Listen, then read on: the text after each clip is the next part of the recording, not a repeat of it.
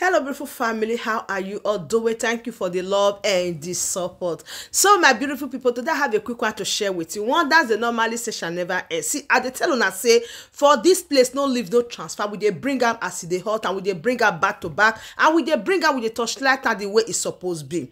So make it not be say I won't waste on time. Make we just dive into the reason why we are here. Una know say early hour of on 5th of May 2024, we come listen to the wife of Mazi Nnamdi Kanu when he dey talk for Radio Biafra.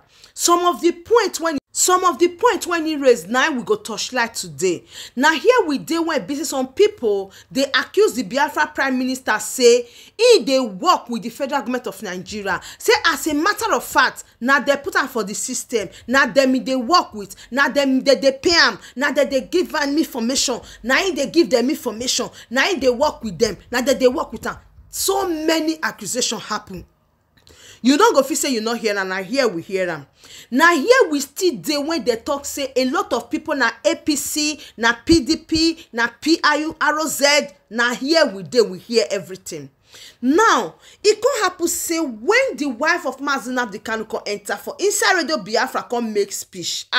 He not only make speech, also he appreciates Ifeanyi Ubah. Now there a lot of people start to dey raise alarm say wetin dey really dey happen. Una know say before the paske Mazi Nnamdi Kanu, the truth now we dey talk for years I talk before.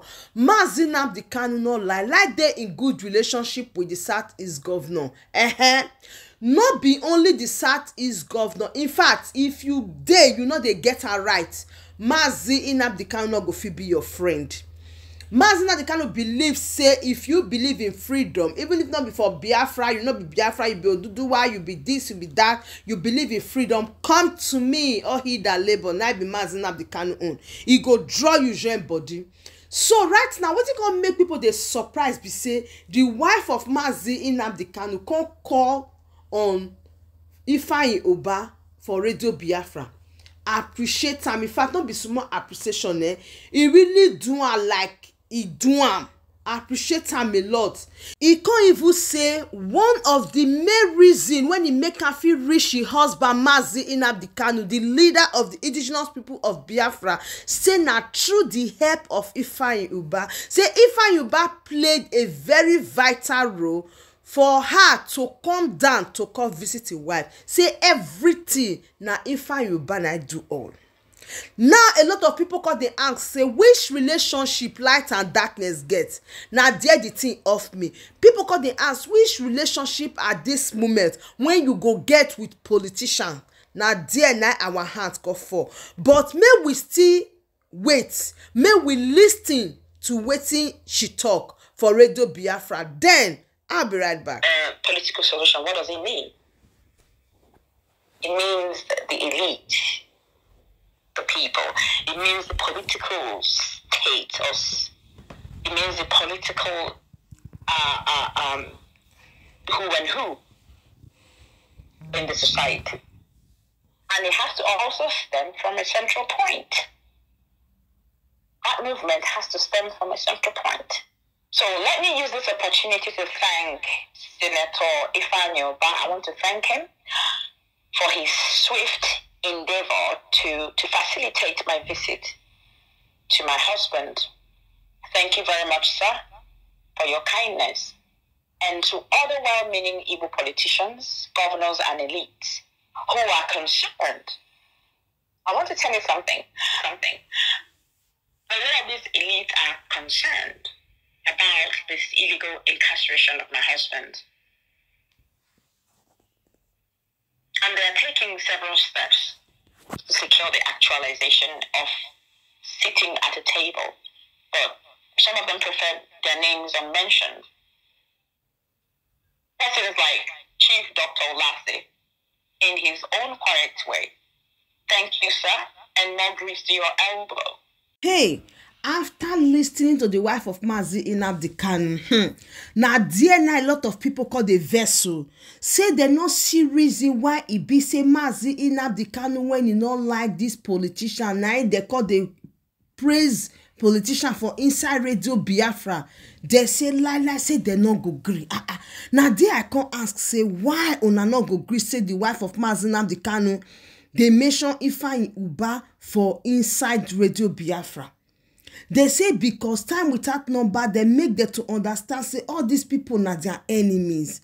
Say time without number, they tell they say, oh, I don't need to get anything to do with these people. He said now a hold the wife of Mazi Nnamdi Kanu, now I call they praise Nigeria politicians for inside Radio Biafra.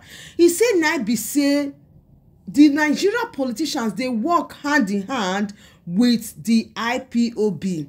According to what people talk, because the wife of Mazi Nnamdi Kanu Swiss talk say na Ifeanyi Ubah na make every positive thing when it happen. He say na even because of Ifeanyi Ubah na make you see say if he reach where Mazi Nnamdi Kanu dey. Na be say for some time now they block am from not seeing his husband Mazi Nnamdi Kanu. He say na Ifeanyi Ubah na be person where we say God sent come make it come help her even financially to make sure say he come down to Nigeria and see the husband. Say na Ifeanyi Ubah na do all these many things.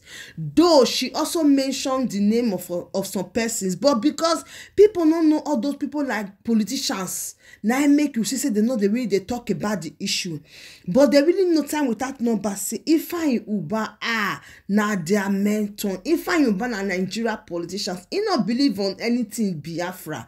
See, after the last time where we see Ifeanyi Ubah when not contest that time, ona no say he run kitty go where Mazi Nnamdi Kanu dey. In fact, he even come and talk say in they make promise say they go release Mazi Nnamdi Kanu based on who he be. Say in believe say Mazi Nnamdi Kanu go come out if they vote for him. Now even that time he gets a lot of backbang when say people give am when they tell am say Ifeanyi Ubah enter house, we not believe in your government, enter house.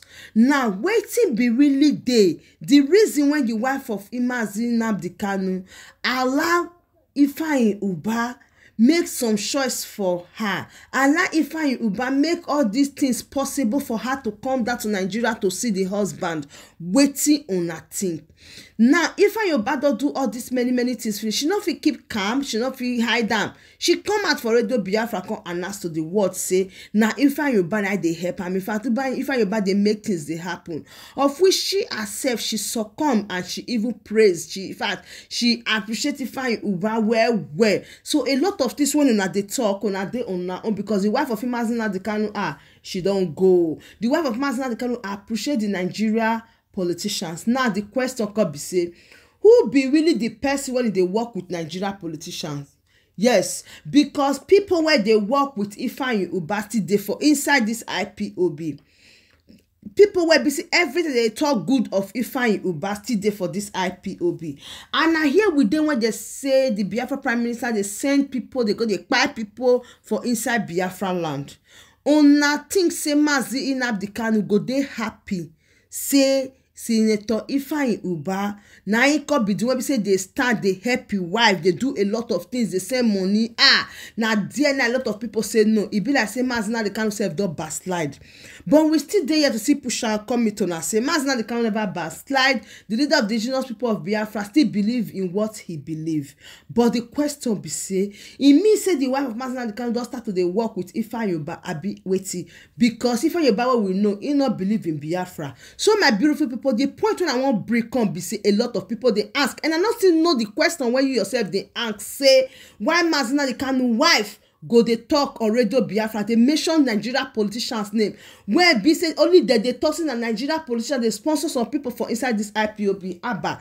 People just they confuse people and not just understand. So my beautiful family, I want you drop your opinion in the comment section. Say the wife of Mazi Nnamdi Kanu reaching out to Ifeanyi Ubah or mentioning his name on Radio Biafra, appreciating him, is he right? Is he a welcome development? I want to drop the opinion in the comment section, and do what to share this video, like and subscribe. As I said before, I still remain your one and only Progress the analyst as I bring all the updates to you back to back.